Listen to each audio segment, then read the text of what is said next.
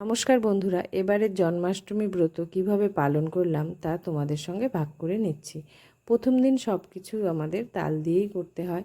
তালের পায়েস, তালের বড়া, তাল ক্ষীর, চষির পায়েস। সেদিন চালের কোনো দানা আমরা ভগবানকে দেই না।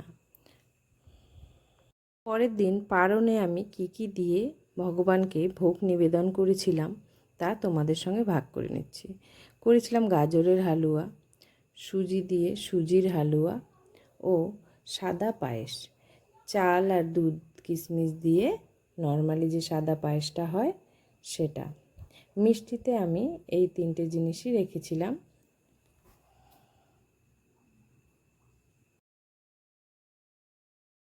এরপর ছিল নারকেল কোড়া দিয়ে কালো কচু শাক।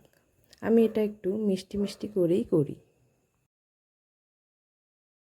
কচু শাকের পর আমি করেছিলাম ভেজ মুগ ডাল, গাজর, নারকেল, অল্প পনির দিয়ে, তারপরে একটু নারকেল কুচি দিয়ে ভেজ মুগ ডালটা আমি করে নিয়েছিলাম।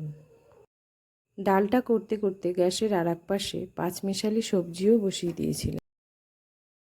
এরপর লাউ শুক্তো করতে আমি ফোড়নে তেজপাতা, মেথি, রাঁধুনি ও নারকেল কোড়া দিয়ে সম্বার দিয়েছিলাম। তারপরে কুচি কুচি করে কেটে রাখা লাউগুলো দিয়ে আস্তে আস্তে নাড়িয়ে লাউটা মজে এলেই তাতে দুধ ও আদা বাটা দিয়ে নামিয়ে নিলেই তৈরি আমাদের লাউ শুক্তো।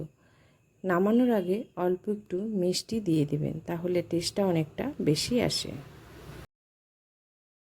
এরপর ছিল ছোট আলু দিয়ে পনিরের রসা।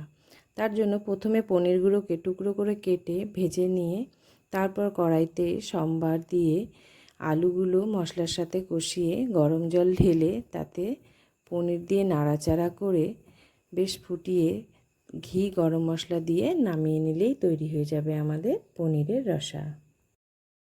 পনিরের সাথে ছিল পুষ্পান্ন। তার জন্য আমি প্রথমে পুষ্পান্নের চালটাকে কিছুক্ষণ ভিজিয়ে রেখেছিলাম, তারপর ঝরা দিয়ে তাকে শুকোতে দিয়েছিলাম। তারপর চালটা যখন ঝরঝরা হয়ে গিয়েছিল তখন তাতে একে একে ঘি, এলাচ, দারচিনি, তেজপাতা, নুন, চিনি, হলুদ সব কিছু দিয়ে একসাথে ভালো করে মিশিয়ে নিয়েছিলাম। আপনারা একটু খোয়া ক্ষীরও এর সাথে দিয়ে মিশিয়ে নিতে পারেন, তাহলে টেস্টটা অনেকটা ভালো আসে। এরপর কাজু, কিশমিশ সব কিছু দিয়ে ভালো করে কিছুক্ষণ মেখে নিতে হবে, যতক্ষণ না নুন চিনিটা বেশ সুন্দর মিশে যাচ্ছে। পর কড়াইতে অল্প ঘি গরম করে তাতে সাদা জিরে দিয়ে পুষ্পান্ন মাখাটা ঢেলে দেব। এরপর পুষ্পান্নটাকে ভালো করে নাড়তে শুরু করব। চালগুলো যতক্ষণ না সুন্দরভাবে ভেজে যাচ্ছে ততক্ষণ আমরা এটিকে ভাজতেই থাকব। চালগুলো ভালো মতো ভাজা হয়ে এলে তখন যে পরিমাণ চাল আমরা পুষ্পান্নে দিয়েছি তার ডবল পরিমাণ জল অপর পাশে গরম করে এই পুষ্পান্নটিতে ঢেলে দিতে হবে। এখানে জলের পরিমাপটা একদম ঠিক রাখতে হবে, না হলে কিন্তু পুষ্পান্ন ঝরঝরা হবে না। জল দেবার পর কিছুক্ষণ ঢেকে খুলে নিলেই তৈরি হয়ে যাবে আমাদের ঝরঝরে পুষ্পান্ন। শেষ পাতে চাটনি না হলে চলে, তাই ছিল কোয়াশ আর তেঁতুলের চাটনি। কোয়াশটাকে কুচি কুচি করে কেটে নিতে হবে, তারপর তাকে নুন হলুদ দিয়ে একটু ভাজা ভাজা করে জল দিয়ে ঢেকে দিতে হবে।